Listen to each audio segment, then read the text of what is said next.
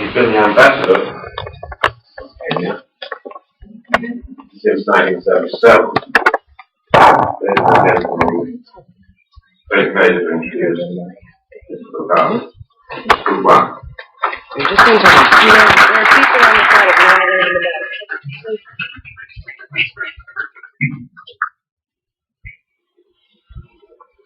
Ladies and gentlemen, of all the apologies I got to make, I don't think I'll make that point about where.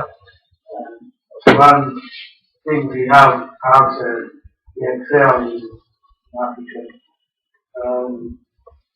Came a little bit late because I didn't go through the road from Washington here. Having been in Nairobi just about a week ago. Well, it's one thing I probably not get too much about. But there are many other things about this country. Being Africa,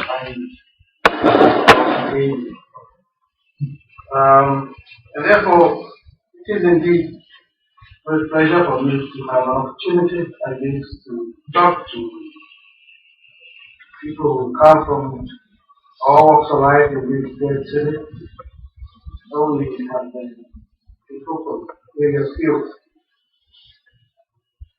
in the Baltimore area, people who in their own ways have to have a lot of influence in what's happening in the relationship we are going to talk about, the relationship between the African countries and the United States. Because I think indeed this relationship has been for a long time understood or neglected, and time has come when you have to choose this relationship. I'll be stating in my topic. Some of democracy Africa is covering the United States for the first time and vice versa. The United States and Africa, in fact, have been together for a long time. This country and Africa have known each other. A diversity of ways. Perhaps it's important that this relationship is still tight. There's no way in which we can separate ourselves from each other. But if anything, what we need to do is to improve on the relationship which binds us. The Shafi tried to demonstrate there are strong ties which bind our two great countries. Let me therefore begin by thanking all of you for coming to share with me some thoughts on the progress of the United States foreign policy, namely the relationship between the United States and the African nations. We live in an interdependent world. Today, events in Africa could influence lives of ordinary people in the homes of ordinary people in the United States. And similarly, events happening in this country have far-reaching consequences for many people in the continent of Africa.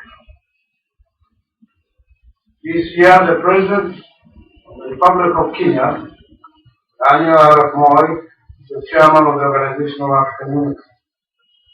It is therefore my present duty as envoy in this country to elucidate, analyze the relationship which exists between the United States and African countries, the potential for future coexistence and interdependence between the peoples of Africa and the people of the United States. There are about 45 independent states in the continent of Africa. I say about because there are people who sometimes argue that South Africa is not independent. That's an argument. Each one of these states are sovereign and determine their policy independently. One cannot therefore speak of Africa as a single country. A grouping of different states with differences in economic, cultural, and social philosophies, which are sometimes quite pronounced.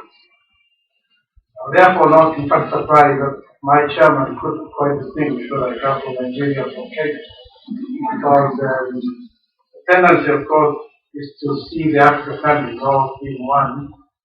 We really have quite a lot of diversity.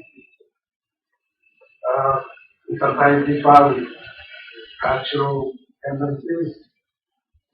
It's surprising, even within a country, one can tell, one person can tell this tribe, from that tribe, so on.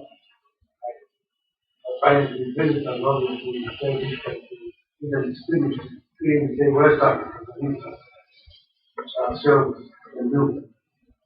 I guess it's the same thing which I find quite often when I go around. I find Americans who say he's from the north, from the south, Houston, Northern California. And I sometimes can't tell some of these little marked transition which we ourselves are able to distinguish. I imagine the same thing in the African achieve. Nevertheless, there are certain areas where we feel that as Africans we have to act. One, we are joined together in the organization I just mentioned, the Organization of Our Community. Because that organization tries to merge or bring together the African peoples so that they can deal with some problems which are common to them all. In an analysis like this, obviously, I would tend to be generic and I could not bring out all these different issues. I like to approach the topic by discussing about 6 or 7 main aspects of the main theme which I described. The relationship between the United States and Africa. I first of all to look at the political issues like the link of the United States and African relationship. Then look at the economic interdependence which exists between ourselves. Then I'll look specifically at the problems of poverty, disease, and hunger, as well as the problems of population growth, which in Africa are serious issues. I'll try to see how the U.S. tries to influence or help us to resolve them. Cannot really talk about Africa without zeroing on problems of poverty, problems such as employment, and problems of famine. So these are problems which we as African people really have big challenges. We left behind for far too long. We tried to join in the march for 12 governments. We realize that these are issues which we must pay attention to as we are worrying about the or the moon and go to the Mars and these other places. We really have got basic issues that try to be our people. This is why we need to require help.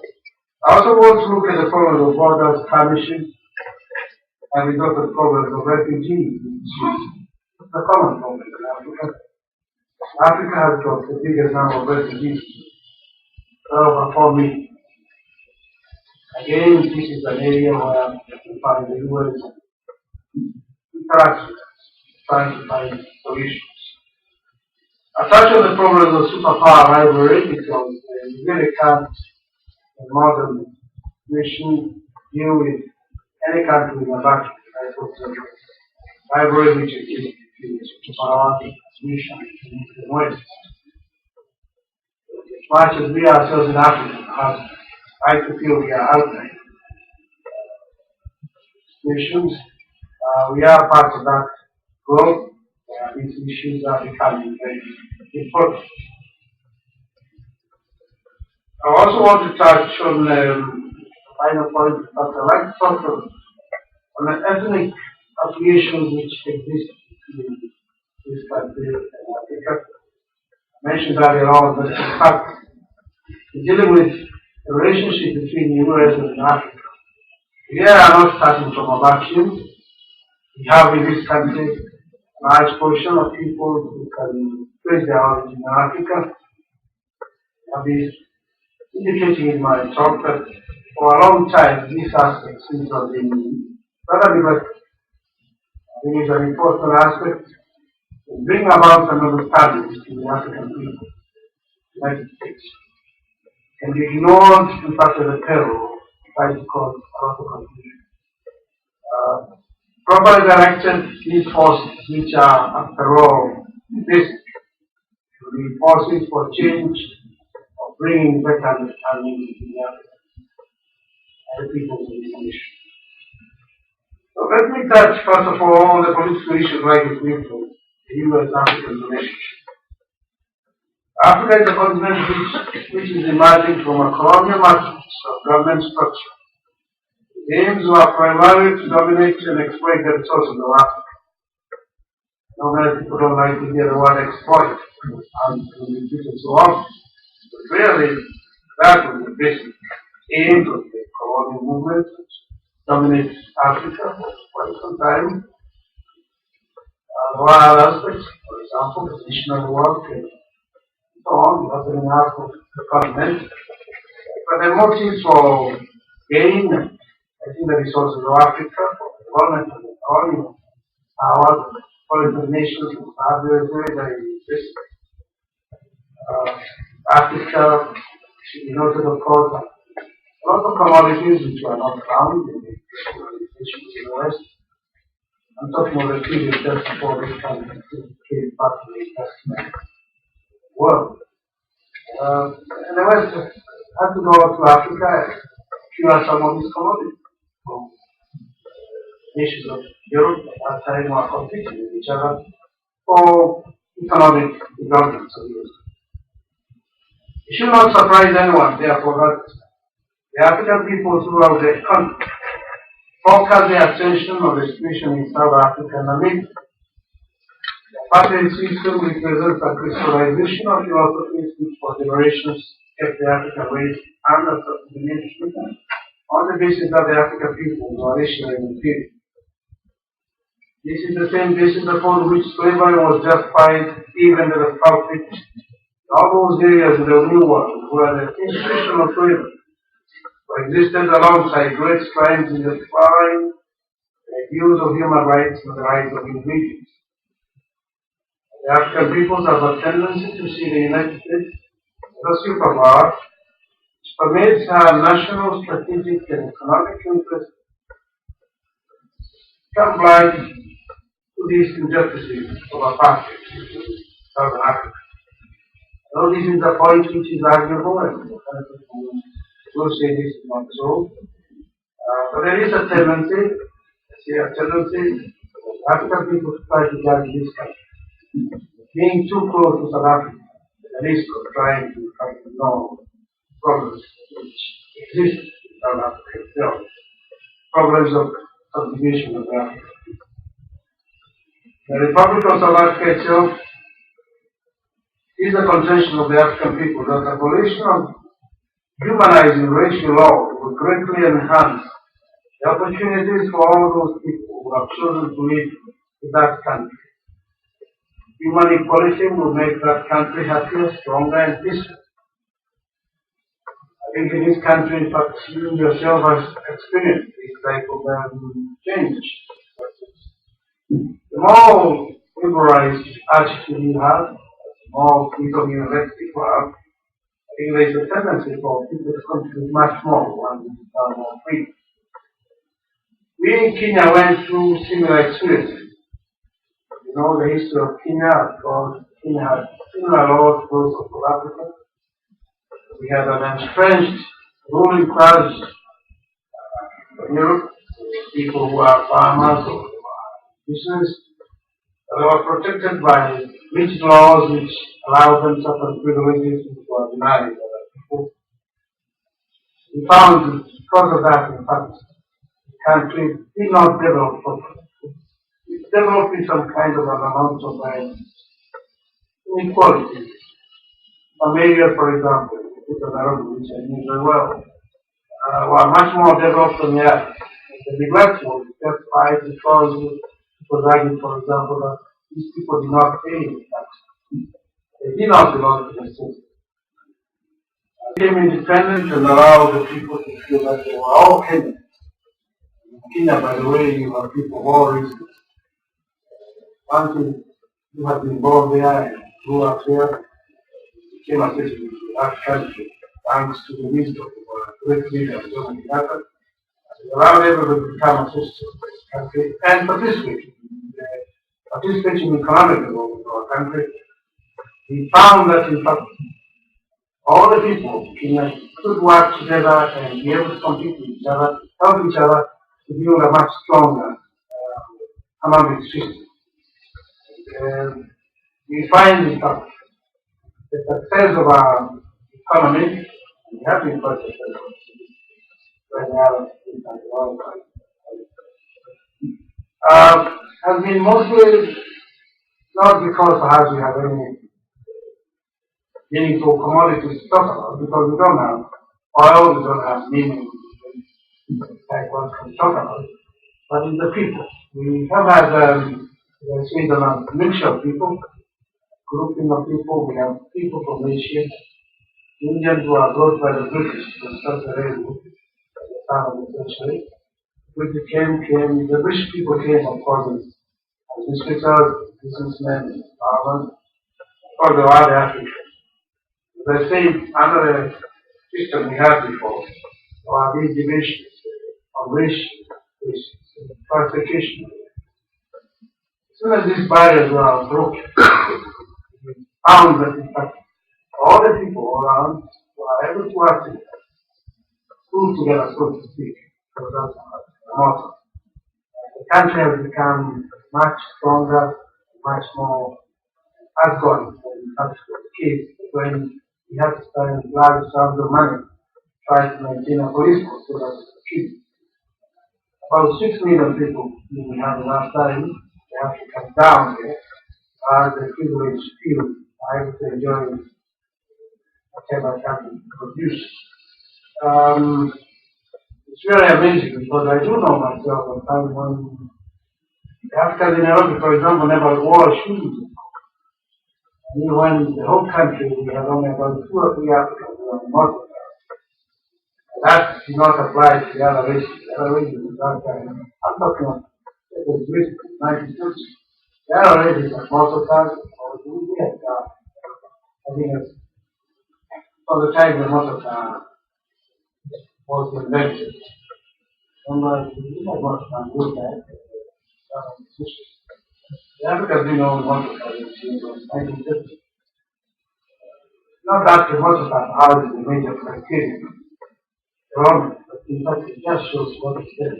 Once we carry people, instead of we're able to participate. And this is the sort of thing we are opposed to with African people, especially South Africa. We think, in fact, that system hurts all the South African people, always, because you have to maintain people in a position of subordination by force. It needs a lot of money by the police force. We understand, of course, there are overtures by the U.S. government to try to redress the situation down there. It is addressed at a gathering arranged by the African American Institute called Williamsburg on October 8, 1981. Honorable Chester Crawford, the Assistant Secretary of State for Africa, attempted to assuage the African representatives of various countries gathered at the conference on the United States intention in South Africa. It was too early to see what successes the United States will have to the President of Namibia, adopting a policy of quiet diplomacy. That country has been known to defy the international opinion on numerous occasions. Leader of Namibia, she is the cause of the problem for defying Resolution 435, the Security Council approved by the United Nations in 1978. While the efforts being made by the 5 Western countries through the contact group are appreciated, it is not clear that what the United States and the other Western countries will do. They meet with the resistance of South Africans. The African people, through the ONU, possibly perhaps the United Nations will advocate that sanctions be applied to South Africa. It's rather disappointing that quite often it is this nation which always seems to cast the single vote of their vigil against any measures which are taken against South Africa. I think the question of South Africa is basic in relationship, analyzing the relationship between the African nations, the United States. Do not understand why, but of course it appears to cite that nation. You condemn the humanity which South Africa. Perhaps you should come out quite clear. The other areas, as I described, this political situation in Africa, where the US in fact has come out a much better light. For example, the question of Chad. Recently, the US volunteered to contribute funds, something like $12 million to assist in setting up a fund which you have so that the African people themselves can take charge of the situation in Chad so that the Libyans can come out. We hope this is the type of overtures the US will continue to support. Overtures where the African people are themselves encouraged to solve their own problems without internationalizing crisis in Africa. There are other areas, of course, where there are problems in Africa, like Western Sahara, issues such as the recent problem between Nigeria and Cameroon. And of course, the issue of Namibia, which I mentioned earlier on, where we hope that things will be resolved amicably, and we hope the US will assist in getting this issue resolved. But I may now turn to my second point on economic interdependence between the USA and independent African states. Africa is a major source of strategic and other essential industrial minerals, which are in great demand in the United States. These include oil, copper, uranium, zinc, cobalt, chrome, diamonds, gold, tungsten, manganese, and mica, to put just a few. There are at least 60 minerals which are essential for the U.S. industrial output, which are predominantly produced from Africa. Similarly, Africa is a major producer of tropical commodities needed by the U.S., including coffee, tea, cocoa, sugar, and rubber. In the first half of 1981 alone, the sub-Saharan African countries imported goods worth $3.2 billion, including technology and equipment. In 1980, the exports to Africa from the United States totaled $5.25 billion, while the United States imported goods worth $18.1 billion. The large portion of this imbalance of trade in favor of African countries being accounted for by the large imports of oil, especially from Nigeria. Africa is in great need of United States technology and skills. The United States still remains an important contributor of foreign assistance to several African countries, both in the form of PFOA, Food for Peace, as well as general economic assistance programs, and more recently, balance of payment support for some of the countries with balance of payment problems. The United States, through its support of the World Bank, IMF, and the UN specialized agencies, impacts indirectly on the development of the African countries. Thus, in discussing the United States-African relationship, especially in areas of future economic interdependence, it must be appreciated that we are not dealing with a vacuum. Most of the African states seek and appreciate relations with the United States. What needs to be done is to strengthen those ties which already exist in some of the nations and also mend the fences in those instances where these relations are strained. I don't think at the moment I need to mention any of them because these relations are strained because how they More important, the African government, alongside several other third world countries, would like to see trade and commercial relations established on a more equitable basis. The old traditional forms of international trade where from the third world countries were reduced to the position of producers of cheap raw materials, industrialized waste, are being called to question, are seriously challenged through an emerging new economic philosophy. The African nations have followed with interest the debate of the North-South dialogue and the position the United States has taken on these issues. The meeting at Cancun in Mexico, attended by President Reagan, at which meeting Africa was well represented by the Prime Minister of Nigeria, His Excellency Shagari, and the President of Tanzania, Mwalimu Nyerere, was a step towards the right direction in the sense that the head of states of developing countries were able to meet for the first time with the head of states of the industrialized nations and discuss these matters of mutual interest with them all. I may remind you, during his address to the UN General Assembly this year, General Alexander Haig, Secretary of State, stated that foreign developing countries require long-term and generous concessional aid from developed and other developing countries.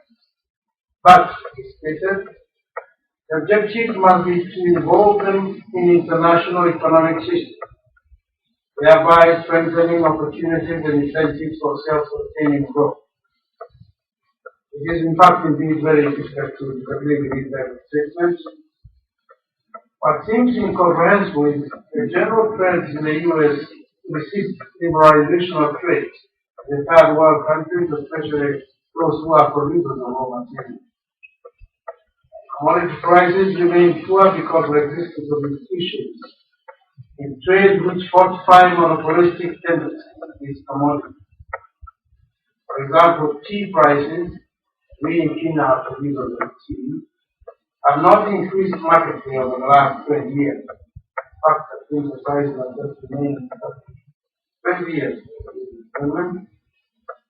We know very well what the prices of tractors are.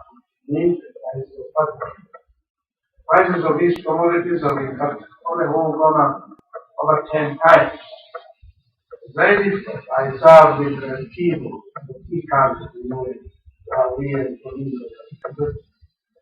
Very difficult in fact to rise tea.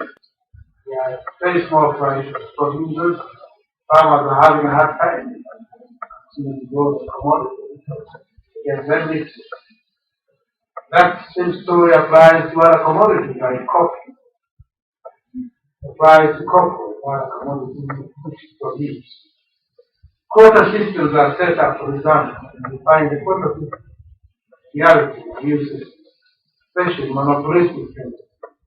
They are used to, in fact, stop prices going up, stop overproduction also, so prices are stable at a certain level. We ourselves think there should be a change in the terms of trade so that these countries, which after all want relations, want to continue to grow these commodities and bring them.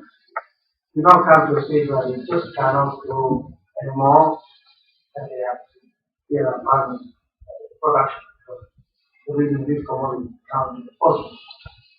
I'm challenging you all because I'm sure you are tea drinkers and coffee drinkers. Each one of you have got a duty to see that has something is done about these prices. Most of the countries in Africa, for example, don't want to resort to Africa organization where they want to fall price. I think it's much better to negotiate. It's much better to argue for better prices. Yet, in fact, some of these arguments have come to naught. So we find we have a deaf ear. If I may say so, I think the U.S. still has tendencies for protectionist policies. Everybody is in fact trying to sell anything cheap There are two others again. I got, for example, new thoughts and restrictions. That applies to general activity. I think treatment has to be addressing not only nations but ourselves, but I think nations. There's going to be free trade, and we ourselves are free trade. See the World Bank and American institutions rising, open up, must restructure our economy. We must allow more free trade. It must be both ways. We must be able to allow the inflow of goods from one country to the other, and not, in fact, send subject these countries to become sort of dumping grounds for manufacturing items from industrial emissions. So this is really what happens. We think Africa, in fact, as I said earlier on, we've been on the same path for far too long, not be able to have a middle ground. We produce so much in the way of industrial goods, minerals, which have really gone out to build industries in many parts of the world. But Africa does need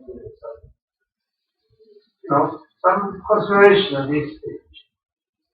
See, the problem is, if in fact there is no lithium here, there is no very good care or institutions, people are tending to resort to other methods. They either resort to violence, unemployment, and poverty become so excruciating that people just can't stand it anymore. In other areas, in fact, the tendency is to look for ideological solutions. The argument becomes of supporting the capitalism, outsource the capitalism, income socialism. Some of these countries try to experiment through this within a row of ideologies. We do not seem to go too far, but if anything, the situation becomes even more, much worse. Mostly because some of us do not think the problems in Africa are really those of ideology. The problems of Africa are those of underdevelopment, ignorance, in fact, which is widespread, and the other being able to allow people freedom to be able to realize their position, to be able to meet the challenge. Give them the right education, because with education, in fact, you give freedom to a person. But because that freedom, he knows what to do. You don't really have to control him as a government directs. Give him that freedom to be able to choose and play by his body. I'm not really an activist, not of the type of people really. Some of the things he's saying have some truth. If I could turn to this problem, which I mentioned earlier on, this is really me addressing myself and addressing my own brother in Africa. Problems of poverty, diseases, hunger, and uncontrolled population growth. Because these really are our own problems. They need to be helped to resolve them, but can only rely on community help. Cannot ask you to resolve ourselves. Then we would turn to speaking as a people. The fourth very lies with us. Lies with us in the sense that we have tended to go into grand schemes. Schemes in the cities where you are able to have money. So that people can see great issues. Become independent. And we have really ignored issues like the production of food, for example. I think our priority is not really to go to the moon. That's like not big technological feat, but to be able to grow food. The areas where water passes by and goes to the sea, washing out the topsoil, which is so precious. Problems of being able to, in fact, countries which we are given by God into one of our land production, agricultural commodities. When geographers and other academics try to describe Africa, they refer to rural Africa as a country with very poor soils, poor climate, diseases, and therefore really cannot produce anything. That's why that is poor. I say this is also nonsense because Africa, as I said earlier on, is a major producer of some very important agricultural commodities. Coffee, for example. Angola produces nearly half the coffee produced by Brazil. Kenya is a big producer. So is Ivory Coast. Ethiopia produces quite a lot of coffee. Produce a lot of tea. You should see the tea which is in Kenya. In fact, whenever you come to one of the sites which is a map, just take a ride 15 minutes up country towards the Muru, the Rift Valley, and you see the tea. That's it. Different sites. Yet, when it comes to production of food, many African countries do not seem to do how. Not that the soils are not good, because the soil which produces coffee is just the same soil which produces tea, produces maize or corn. But the same soil will grow very little wheat. If the emphasis which people are given to production technology, techniques, the emphasis, in fact, the colonial system also gave to production methods, because the production for tea and coffee was given prior to production for food. I am not trying to sort of blame everything on the colonial system. It's been about 20 years for most of us. You can't always be looking back and saying the fourth line else. Shakespeare saying, the fourth line is the stars. But lines without is not in our stars. And really our fault that some of these things we have not been able to deal with. For example, governments in many parts of Africa try to continue to control prices. They increase prices for commodities and therefore they keep the prices low so that they try to avoid trouble in the cities. Therefore the farmers in the moment go to grow it, rather go into the street and argue and hope, tell whatever the farmers are growing, rather than try to grow it. I don't know, food to try to go through that drudgery of growing commodities. And so it goes on. We find sometimes there is so much control of movement of grain that in fact you cannot sell the commodity where the market is best. Therefore, because of some of this control, people just don't want to grow. We need to restructure our systems. We need to have new approaches to methods of production. Well, but we need your help. In this country, for example, we see what you do with things like Kansas. Kansas has got the same type of land which I've seen in many parts of Africa and not in my own country. Area which we normally would say is too dry or anything. Yet after granary of the United States and many other parts of the world, they are giving us great. Large parts of Africa today are dependent on rain from this country. Of course, we are not alone. We know one or two other countries, including some other people who remain nameless, who should be growing their own food at the moment.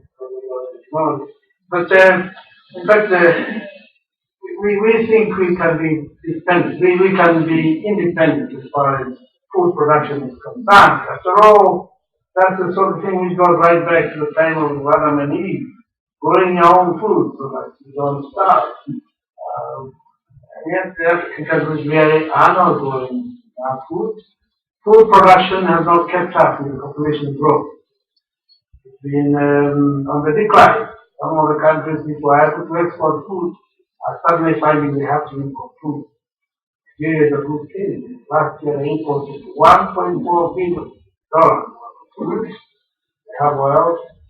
I'm not trying to get into diplomatic problems here with the Nigerians, but it's the same with us. It's the same with Kenya. We import a lot of wheat. Kenya used to export mainly wheat to all the countries around. We have a big challenge. One of the helps we hope to get from this country is advice on how best we can grow our own food. I don't mean advice which just comes out of the colleges and universities. We really want practical people because with due respect, I used to teach in the university. In the university, you can be too theoretical and many more things. I'm not trying to ask the professors we have right here. But we really need people like the farmers in Kansas. I know some will say, oh, wait a minute, no. Professor will say, no, no, you cannot come to where the country from. You must do it the African way. The African way is the best. So there will be all sorts of type of lectures. You have this certain traditional methods are better than this and so on. You argue and you don't get it. I personally would say let's use the methods you use here and do it and let them be done. But it should be ready. And produce something, because really there's a lot of talk and a lot of argument and a lot of theories and a lot of policy statements which are being made. From one end to the other with advice of grow and nothing to come out. We are in need of being able to get the right advice as far as growing of food is concerned. Need also to be helped in areas like dealing with diseases. Some normal, very simple matters which afflict the children. Eye diseases because they are flying all over the place. Problems of unemployment, when in fact there is a lot which can be done. The challenges, as I said, is our own. The challenges to our own African men, women who probably are here tonight. We have to go back there and really turn that country around. If we don't, we will be professionally dependent on outside help. When somebody is helping you here, it cannot be achieved.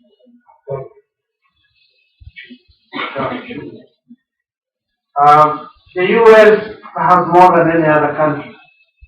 As I said, those other countries one could turn to are also begging for food for use. Together must be confined to people who are best producers.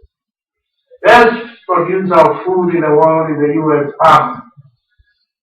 Now, 2% of this country's population produces food and feeds the rest of the world. But we are doing, trying to, as I dealt with PL4, food for feed program for kids.